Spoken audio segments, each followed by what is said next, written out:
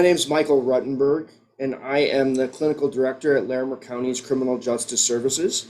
Criminal Justice Services is a division within Larimer County government that oversees both the Alternative Sentencing Department and the Community Corrections Department.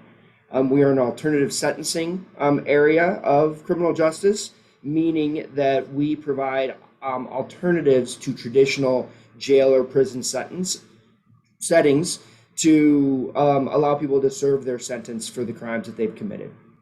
Our intention is to intervene in the underlying factors that contributed to their getting into trouble in the first place.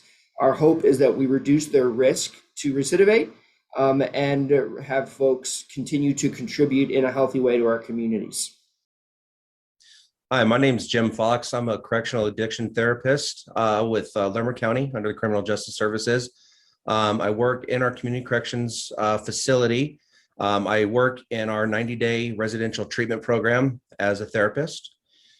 I spend most of my day in direct client care. So I will run groups, usually 2 to 3 groups a day, kind of depending on the need and staff coverage. I also see individual clients. And, you know, just kind of that's how I spend most of my day. So my why and my pathway here are interconnected in ways that I don't think I ever quite realized as all this was happening. So I'm a military veteran. I also come from a very long line of military veterans, war and combat vets. And through my years, there was a lot of issues that seemed to be just about alcohol use. And it seemed everything, all the problems that most of the males in my family struggled with were alcohol abuse. As I started in my education, my undergrad is in psychology. So, you know, we took a lot of courses in abnormal psychology, all these different types of things. And I started realizing that these men in my family weren't just drunks. There is a reason why they acted the way they did. And so that's where I really became into this idea of trauma. And so it's something that's really kind of guided me. A little later in life, my brother-in-law struggled with drugs, alcohol, and mental illness his entire life. Ultimately, you know, he lost his battle to all these different things. And it's something at the time I just can remember thinking, I wish there was something more I could have done for him. Could I have done something? And so that's always kind of been a driving force too. Post bachelor level education, I actually went into industrial and organizational psychology graduate program at CSU. And my main goal at that time was to serve veterans coming out of the military and help them integrate into the workforce. And I felt that as an industrial psychologist, that's something that would be very beneficial for this population. It is a very non-clinical program and role. So based on the population that I wanted to serve, I decided that I might need a little experience in actual behavioral health and substance use. So I applied what was supposed to be a very short-term and part-time position at an inpatient hospital. And it took probably 2 months of working with that population that I realized I was going the wrong way. So I did something that is not very common, is I changed grad programs with about 2 semesters left in my program. And I switched to addiction counseling. And it was a very scary process because, again, I had spent a lot of time and energy and money and nearly completing a program to just switch on a whim. Luckily, I have a very supportive wife and family that made this possible.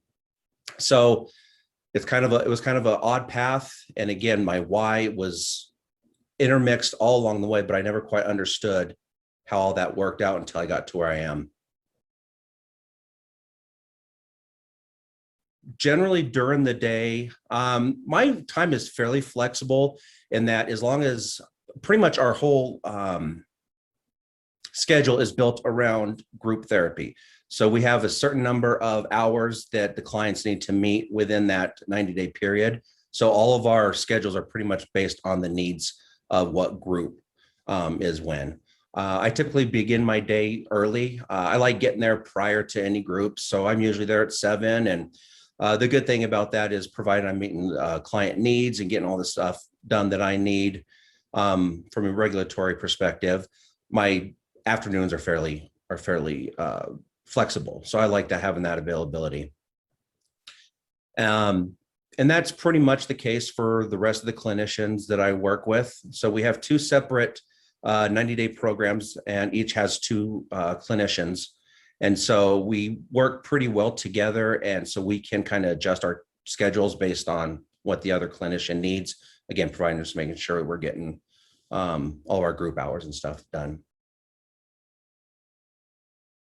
My primary responsibilities are direct client care. So I will, again, typically have 2 to 3 groups a day. I work Tuesdays through Saturdays.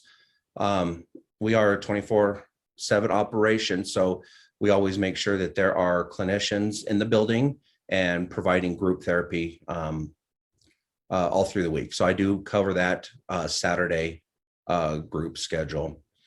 I also meet individually with clients, and so I kind of schedule them in based on group needs and my other things that I have scheduled, such as meetings and all that kind of stuff.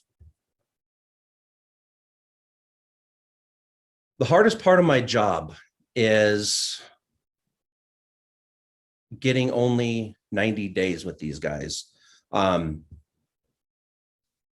This has been a blessing for me in that working inpatient, I had people for roughly 10 days.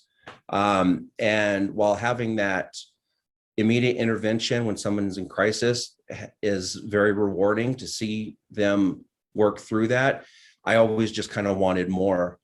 So with that, with this program, I've been able to get that working with people 90 days. I have found that I still like to see what happens to them after that 90 days, see the progress.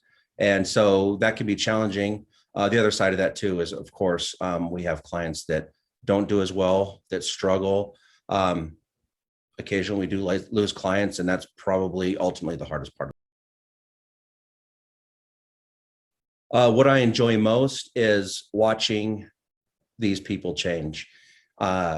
They come in, oftentimes they are very jaded with the system. They have no trust in anybody in authority. And a lot of these people have spent substantial parts of their lives in this system, and they don't trust it. They've gone through it in many cases several times. And each time they come in, I think it presents a new challenge and some new barriers, but being able to start helping them break through those barriers and have some positive change, I think is very powerful and very rewarding for me. And I really like to be able to see them reestablish that trust, not only in the system and not only with us as staff and clinicians, but in themselves. And I think that's a big part of it. Me personally, right now in our group, we have a capacity up to 12. And again, there's 2 separate groups in that 90-day program. And so they kind of rotate. We do have a portion of our program that is closed curriculum. It's about a 6 to 7 week period where we kind of focus on the nuts and the bolts of what we want to provide them for treatment wise. Aside from that, we have an open curriculum part where we do other group therapy, but it's not as regimented as what our closed curriculum. So we do have clients that'll come in and they kind of overlap, with the exception of that closed curriculum. So we have a certain group of guys. Right now it is 8. And so as we go back into that open curriculum model, we will get new people in. So we are capped at 12. I anticipate we will be back at 12 this week. And so typically myself and the other clinician will split them. So we'll have 6, again, kind of depending on the needs and how many people we actually have in the program. So I would say that the skills for somebody to do what I do are to be humble. I think that also a character trait, but I think it's also a skill. I think more so learning how to be humble is the skill. Knowing we are not going to be the change. We are there to facilitate the change and be able to realize that the power is with the clients. And that is something I definitely stress. There can't be a hero mentality, because we're not heroes and we are not going to magically save anybody. We got to give them that power, make sure they have that power. I say the personality, from my perspective, it's humor.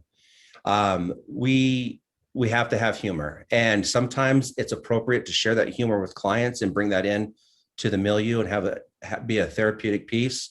But I'd say ultimately having